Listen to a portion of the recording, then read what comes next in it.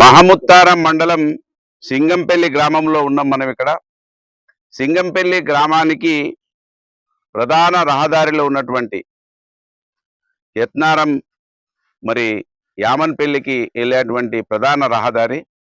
ఇటు నుంచి మనం పంకెన పల్మెల మండలాలకు వెళ్ళే ఈ రహదారిలో ఇక్కడ బ్రిడ్జ్ పూర్తి చేసి ఇవ్వడం జరిగింది. దీనికి అప్రోచెస్ అటు ఇటు ఎక్కడానికి దిగడానికి మట్టి పోసే కార్యక్రమం చేయకుండా కొంత పోసి కొంత ఆగిపోయినటువంటి ఈ బ్రిడ్జిని 30 నెలలు దాటిపోయింది. 3 సంవత్సరాలకు దగ్గర ఉంది మన మంతిని ఎమ్మెల్యే గారి పరిపాలన. మంతిని ఎమ్మెల్యే గారు ఆ రోజు మంత్రిగా ఉన్నప్పుడు ఇక్కడ బ్రిడ్జి శాంక్షన్ చేస్తే కట్టలేకపోయిండు. ఆ శిలాఫలక కూడా ఇక్కడనే ఉన్నది. ఆయన కట్టలేకపోయిండు.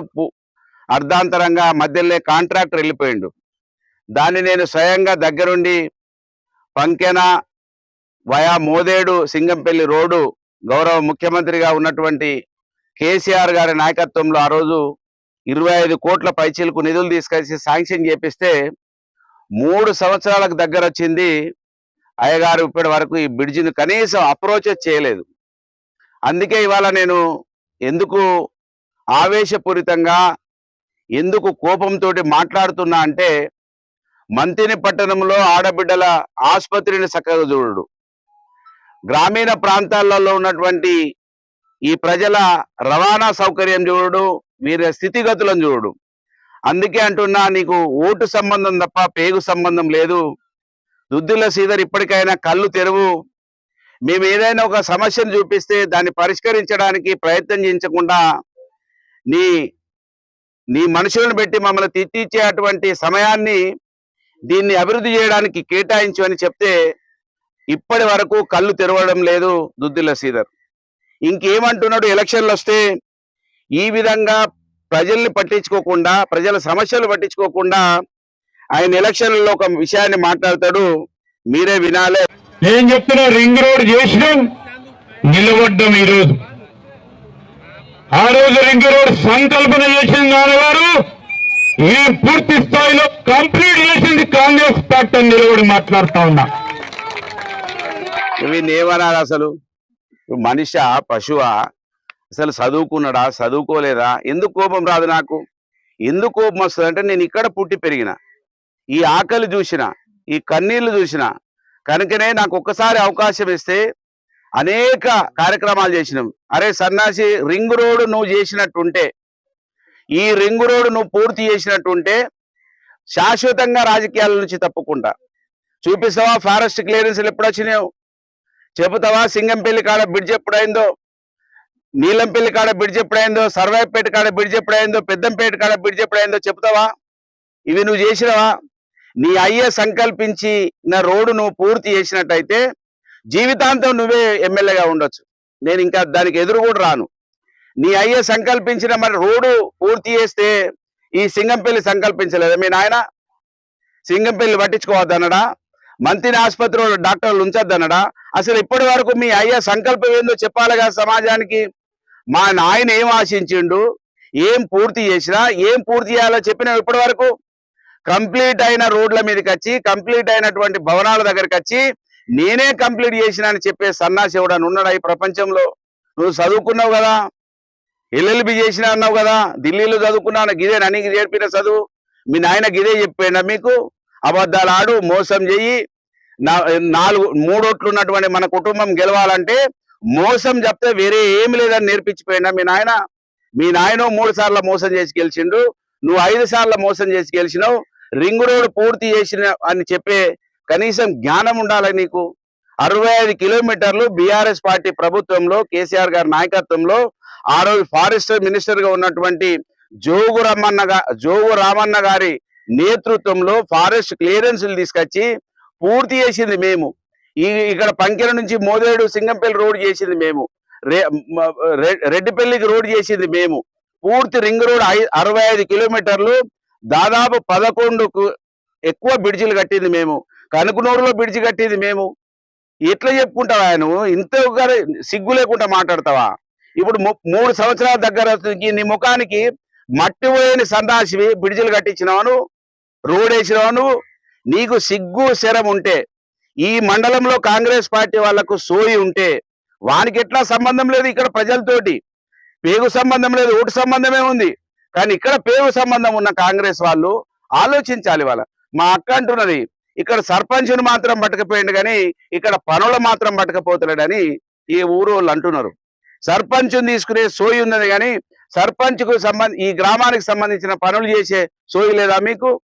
ఇవాళ 3 సంవత్సరాలకు దగ్గర వస్తుంది. ఆఫ్టర్ ఆల్ కి మట్టి పోయినటువంటి దద్దమ్మము సన్నాసివి ఎందుకు నేను తిట్టాదిగా? ఏం చేస్తున్నావు నువ్వు? నీ తమ్మునికి దోషి పెడుతున్నావు. మళ్ళా ఓట్లు వస్తే మళ్ళా నోట్ల సంచులు పట్టుకొని వస్తావు. ఏడు నీ తమ్ముడు ఇక్కడికి రావాలగా బ్రిడ్జి కాడ? మొన్న పెళ్లికి వచ్చిపోయిందిగా సన్నాసి, చూడలేదా? వాడు కూడా చూడాలి కదా, చెయ్యాలి కదా. కనీసం నువ్వు దోసుకుంటున్నావు కదా. ఇవాళ అక్కడ ఇసుక మాఫియా, మట్టి మాఫియాతో దోసుకుంటున్నారు కదా. వానికి ఏమనుకో కాంట్రాక్టర్ చెప్పిన పోతారు కదా మట్టి. ఇది కూడా చేయించలేవా? నీకు పదవి ఇచ్చింది నీ కుటుంబానికి దోషి పెట్టడానిక? ఇంత పెద్ద సమాజం మాది, 80% పైబడి ఉన్నాం మేము. 3 ఓట్లునే నీ కుటుంబానికి. ఎన్ని రోజులు మోసగిస్తారు మీరు? ఎన్ని రోజులు అబద్ధాలు ఆడతారు? వేరేటోడు ఎవరికో పుట్టినాట నేను ముద్దాడినట్టున్నది నీ కథ. ఎవరో కన్న బిడ్డను నేనే కన్నా అని చెప్పుకున్నట్టున్నది నీ కథ అంతా. ఎన్ని రోజులే మీరు ఇంకా గీ బ్రిడ్జి చూడు, సింగంపల్లి కాడ ఈ మట్టి అప్రోచెస్ పోయాలి కదా. కనీసం అప్రోచెస్, ఇంత పెద్ద పదవి, రోజు ముఖ్యమంత్రితోటే కలిసి ఉంటున్నావు కదా, ముఖ్యమంత్రి సంకల్నే ఉంటున్నావు కదా. కనుక నేను చెప్తున్నా, వాళ్ళ మంత్రి ఎమ్మెల్యే మమ్మల్ని తిట్టించుడు మానుకో, మా మీద కేసులు పెట్టించుడు మానుకో, మా మీద పోలీసులను పెట్టి దబాయించే కార్యక్రమం చేసుడు మానుకో. ఈ కళ్ళు తెరువు, కనీసం కళ్ళు తెరవా? నీ తమ్ముడు వచ్చిపోయాడు కాదు సన్నాసి మొన్నయుడు, జోకర్ గాడు. ఆ జోకర్ గాడు ఈయనే ఉంటాడని చెప్తే నేను అందుబాటులో ఉండా, నా జోకర్ ఈడ తిరుగుతుంటాడు అన్నావు కదా. ఆ జోకర్ గాడు అయితే మేము సంబరపడాలి ఆయన వచ్చిండని. ఈ మట్టి పోయించరా మీరు? మీరు కళ్ళు తెరుస్తారని ఆగుతున్నా, అయినా మీ లోపల చలనం వస్తలేదు. మళ్ళీ రేపు పొద్దున మమ్మల్ని తిట్టాలి మీ ఇక్కడ ఉన్నటువంటి కాంగ్రెస్ వాళ్ళు. గిదా నువ్వు చేసే పని? ఎన్ని రోజులు తిట్టించి బతుకుతావు? డాక్టర్ని పెట్టు మంతిల్లా, ఇక్కడ వసతులు చూడు. రేపు వర్షాకాలం వస్తుంది, రాకపోకలు లేకపోతే చాలా కష్టపడతారు. ఇట్లా అని తిరిగిపోవాలి రేపు పొద్దున నీళ్లు పడితే, వర్షం పడితే. కనుక ఇవాళ దుద్దిల్ల శ్రీధర్, నేను సన్నాసి, సవట, దద్దమ్మ అని ఎందుకు అంటున్నా అంటే, ఇగో ఇది చూపించి అంటున్నా. పట్టిగానే అంటలేను, ఏదో నేను ఎమ్మెల్యే ఓడిపోయినా, నువ్వు ఏదో. నా ఆకాంక్ష, నా గుండె బాధ ఏంటంటే, ఈ మట్టిలో పుట్టిన ఈ కన్నీళ్లు తెలుసు కనుక నేను అధికారంలో ఉన్నప్పుడు కష్టపడి ఈ పనులు చేయించిన. అధికారం లేకపోతే నీ మెడలు వచ్చి నేను పని చేయించాలనే ఒక ఆలోచనతోటి ఎంత అవకాశం దొరుకుతంత మా వర్గాల ఆకలి తీరాలంటే నేను ఒక క్షణం కూడా నిద్రపోవద్దు, నాకు నిద్ర పట్టొద్దు.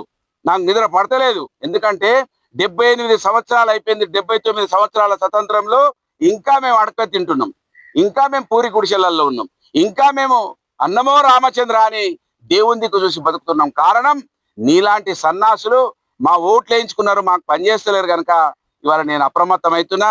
నువ్వు ఎన్ని కుట్రలు చేసినా, నా మీద ఎంతమందితో తిట్టిపించినా, ఎన్ని కేసులు పెట్టిపించినా, ఇప్పటికే 10, 12 కేసులు పెట్టినావు, ఇంకెన్ని కేసులు పెట్టినా నేను మాత్రం నేను విడిచిపెట్టా.